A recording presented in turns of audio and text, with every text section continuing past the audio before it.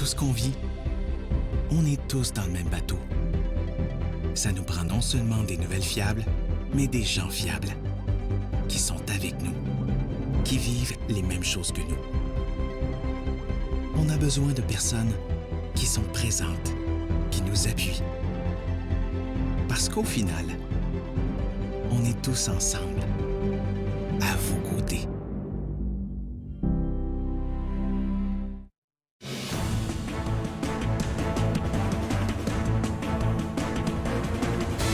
Il est 15 h. Bon après-midi tout le monde et bienvenue, surtout si vous venez de vous joindre à nous.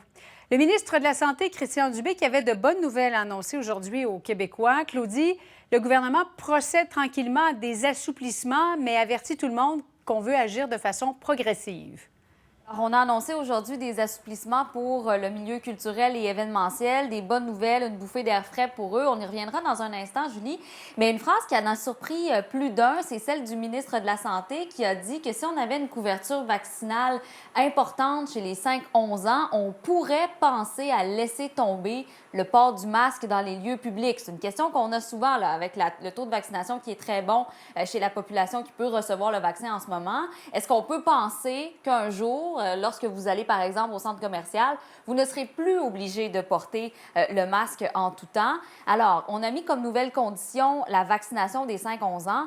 Or, Julie, la vaccination pour ce groupe d'âge n'est pas disponible encore. Il n'y a aucun vaccin qui est homologué au Canada. On ne pense pas que ça va arriver avant la fin de l'année. Alors, on a demandé des précisions au directeur national de la santé publique, également au ministre de la Santé, et on a nuancé un peu plus les propos qu'on avait tenus. Je vous invite à les écouter. J'ai bien dit pourrait, hein? J'ai bien dit pourrait. Le message qui est important, c'est oui, il y a un allègement, mais on ne peut pas laisser toutes les mesures en même temps. Quand on va avoir vacciné les 5 à 11 ans, particulièrement si on a des bons taux de vaccination, et à ce moment-là, on peut penser éliminer certaines mesures sanitaires. Oui, il y a par ailleurs été question d'un éventuel passeport vaccinal à l'Assemblée nationale.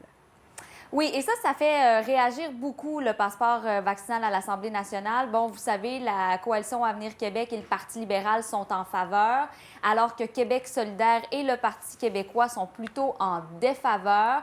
Parce que si on impose le passeport vaccinal ici à l'Assemblée nationale, ça concerne, oui, les élus, mais ça concerne également les visiteurs, ça concerne tous ceux qui voudraient participer à une commission parlementaire. Il y a quand même beaucoup de va-et-vient. Et ça concerne aussi les employés de l'Assemblée nationale. Alors, ce matin, les partis d'opposition qui étaient en désaccord ont dit qu'on ne comprenait pas pourquoi on se voterait des lois spéciales ici à l'Assemblée nationale alors qu'on ne l'impose pas ailleurs. On demandait d'avoir les avis de la santé publique.